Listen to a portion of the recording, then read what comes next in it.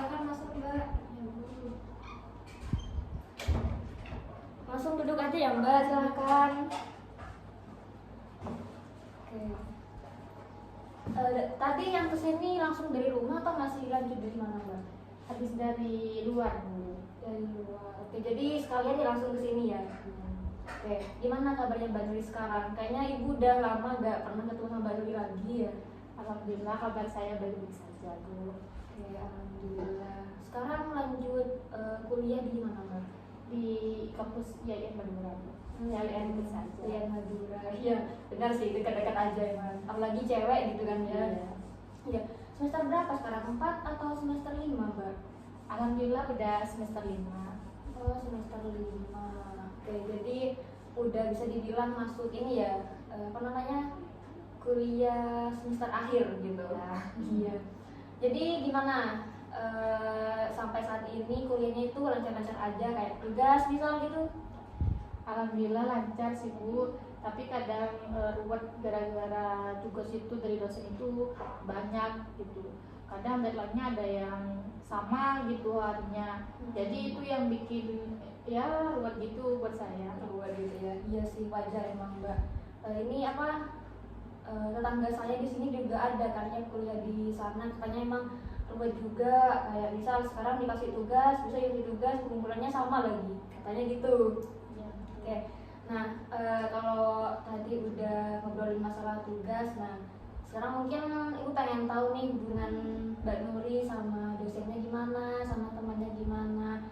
Mungkin ini ya lancar-lancar aja gitu, seru Bu atau gimana? Mungkin Nah itu Bu yang jadi permasalahan saya ini, datang ke sini mau curhat ke Ibu tentang masalah tersebut. Jadi saya itu nggak bisa bersosialisasi dengan teman-teman di sekitar saya ataupun dengan dosen-dosen di kampus saya gitu Bu. oke, jadi tujuan Mbak Nuri kesini ini ingin cerita sama Ibu, ingin curhat sama Ibu, hubungannya Mbak Nuri sama teman-teman di kampus gitu kan ya. Oke, mungkin sebelum kita lanjut, alangkah lebih baiknya kita tentukan dulu nih kira-kira kita akan melakukan sesi konseling ini berapa menit gitu. Jadi kita sepakati bersama supaya enak nanti kalau emang Mbak Nuri masih ada acara mungkin di luar bisa langsung pulang gitu. Gimana Mbak? Kira-kira berapa? 30 menit cukup kira-kira? Insya Allah cukup Bu 30 Oke, menit. insya Allah cukup. Berarti mungkin bisa mengkondisikan gitu ya. Oke, nah tadi Mbak Nuri katanya merasa tidak bisa bersosialisasi, susah bersosialisasi gitu. Emang mungkin ini, mungkin Mbak Nuri bisa ceritakan dulu apa sih yang membuat Mbak Nuri itu ngerasa susah buat bersosialisasi sama temannya, bahkan tadi sama dosennya juga mungkin kurang terjadi hubungan itu ya Mbak. Gimana, coba mungkin Mbak Nuri bisa ceritakan dulu. Jadi saya itu Bu orangnya itu gampang insecure, kurang percaya diri, juga malu. Nah itu semua terjadi gara-gara cerita saya di masa lalu. Di masa lalu. Oke. Sepertinya Mbak Nuri masih agak nahan-nahan gitu ya berceritanya ya.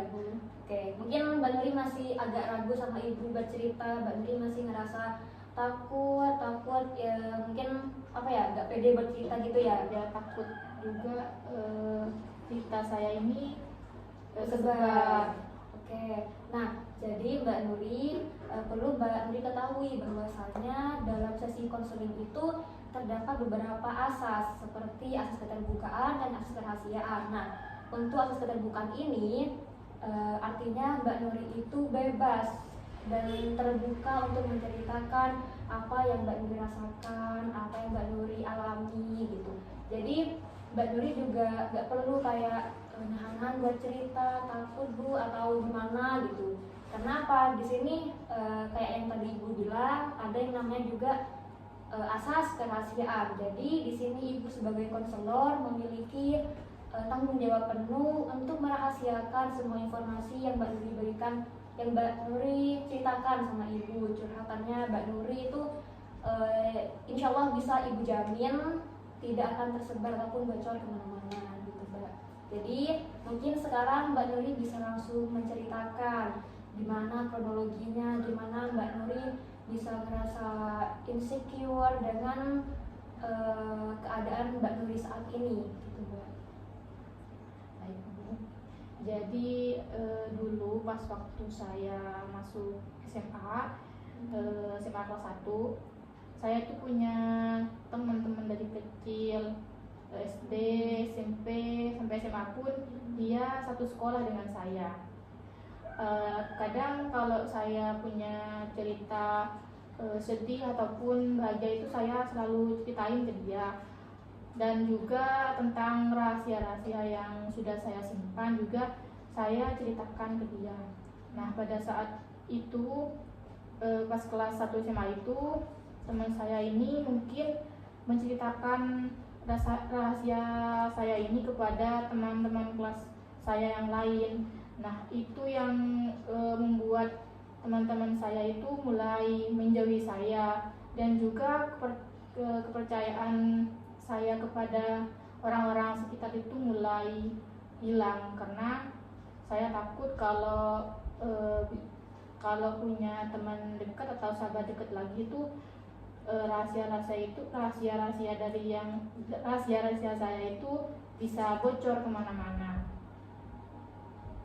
Oke, jadi pada intinya Mbak Nuri ini merasa terhianati gitu sama temennya ya Bu, merasa kecewa juga karena teman yang udah Mbak Nuri percayakan untuk menjaga semua rahasia, semua curhatan Mbak Nuri malah menyebarkan kayak ceritanya Mbak Nuri ke orang lain gitu ya Mbak. Oke, jadi hal itu emang sangat sering terjadi. Dulu juga ada sedikit cerita dari Ibu. Dulu juga ada beberapa orang yang datang ke Ibu. Katanya dulu emang sering pas waktu sekolah itu sering dibully katanya. Sering juga ngerasa dia itu ngerasa punya temen tapi kayak ketika kumpul kayak gak kurang dianggap seperti itu. Jadi emang hal itu memang sering menjadi pengaruh seseorang itu susah untuk bersosialisasi dan berteman. Nah, jadi nih Mbak, jadi dari ceritanya Mbak Nuri barusan itu sangat berkaitan dengan masa lalunya Mbak Nuri kan, karena Mbak Nuri dulu pernah ada peristiwa yang sangat tidak enak, yang sangat berpengaruh untuk masa sekarangnya Mbak Nuri, masa kuliahnya Mbak Nuri gitu. Nah, di sini sebelum kita lanjut, mungkin Ibu ingin bertanya nih sebelumnya, menurut Mbak Nuri nih, kira-kira setiap orang itu memiliki karakter atau kepribadian yang berbeda, atau mungkin semua orang udah aja Bu, sama aja, semua orang tuh gak ada yang memiliki kepribadian yang berbeda gitu, semuanya sama gitu. Nah, kira-kira Mbak Nuri tuh gimana tentang hal itu gitu? Menurut saya sih setiap karakteristik orang-orang itu berbeda-beda tentunya. Ada yang punya karakteristik khusus ini dan juga ada karakteristik khusus itu, yang tentunya di antara mereka itu pasti akan selalu berbeda seperti itu. Oke, nah jadi dari jawabannya Mbak Nuri barusan bisa mungkin kalau Ibu nanya lagi, emang kalau dulu Mbak Nuri, di masa lalu Mbak Nuri, di masa sekolahnya Mbak Nuri itu bertemu dengan orang-orang ataupun teman-teman yang mungkin bisa dibilang suka kayak ngejauhin Mbak Nuri, kayak mereka itu kurang klop atau mungkin Mbak Nuri itu kurang dianggap di pertemanan mereka. Namun sekarang bisa jadi kan bahwa teman-teman Mbak Nuri yang di kampus, mereka itu nggak seperti karakter teman-teman Mbak Nuri yang waktu sekolah.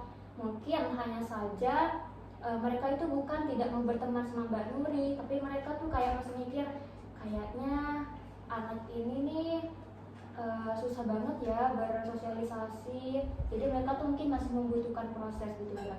Jadi Mbak Nuri itu tidak bisa menyamakan antara temannya Mbak Nuri yang dulu sama yang sekarang itu memiliki karakter yang sama. Mereka gak mau berteman sama Mbak Nuri gitu. Jadi intinya apa? Intinya gini Mbak, emang masa lalu itu sangat berpengaruh pada diri seseorang. Jadi apa ya, semua orang itu memang memiliki masa lalu yang kelam. Namun di balik masa lalu yang kelam itu pasti ada hikmah di baliknya. Kayak misalkan dulu pernah juga ada salah satu tokoh, Albert Einstein, waktu sekolah dia itu sering mengalami namanya kayak pembulian gitu. Namun karena seiring berjalannya waktu dia itu bisa menyikapi hal tersebut sehingga dia itu bisa lebih memiliki pikiran yang lebih kritis. Dia itu bisa berkembang. Artinya dari hal tersebut bisa Mbak Nuri ini jadikan apa ya, sebagai kayak kayak anggap seperti motivator juga gitu, sehingga Mbak Nuri itu harus bisa menyikapi hal-hal yang bersifat negatif itu menjadi hal yang tentunya kebaikannya atau bersifat positif gitu. Jadi untuk semua pikiran Mbak Nuri yang membuat Mbak Nuri kecewa, susah percaya lagi sama orang, itu dihilangkan aja Mbak. Mbak Nuri bisa mengambil pelajaran dari apa yang sudah terjadi. Mbak Nuri bisa menjadikan semua itu pengalaman gitu. Masa lalu emang boleh dikenang, emang masa lalu emang juga boleh terus diingat. Namun satu, jangan terlalu stuck di hal tersebut. Jangan terlalu saya nih dulu, misal saya ini dulu gini-gini, saya dulu ini tidak ada temannya, dulu saya ini sering mengalami ini. Nah sekarang coba hilangkan pikiran itu. Sekarang harus bisa lebih berkembang lagi, juga harus memiliki kepercayaan diri tentunya, sehingga Mbak Nuri bisa mengambil hikmah dari apa yang udah terjadi itu Mbak gitu. Jadi mungkin dari apa yang sudah Ibu sampaikan, kira-kira apa sih yang Mbak Nuri rasakan gitu sekarang? Jadi intinya itu saya tidak boleh stuck di masa lalu. Saya harus berpikir di masa depan. Nah, untuk peristiwa yang bagi saya itu sangat buruk di masa lalu, jadikan pelajaran dan juga motivasi saya untuk kedepannya agar lebih baik lagi. Iya benar banget Mbak. Jadi sekarang Mbak Nuri bisa memiliki kesadaran yang lebih tinggi lagi ya.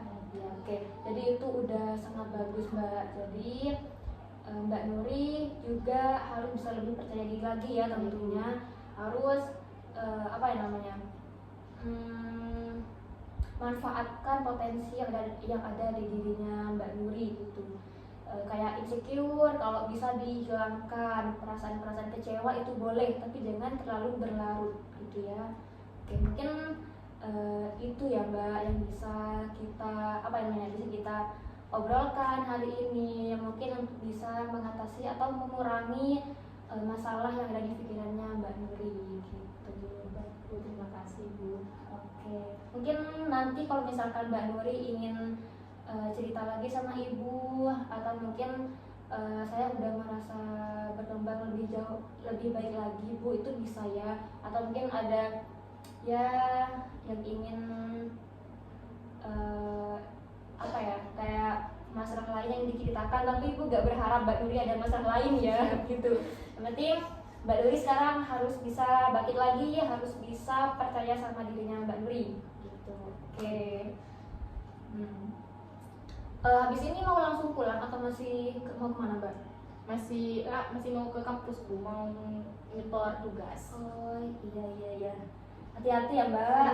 Ya semoga lebih baik lagi nyampe rumah, nyampe kampus juga selamat sampai tujuan ya. Assalamualaikum. Waalaikumsalam.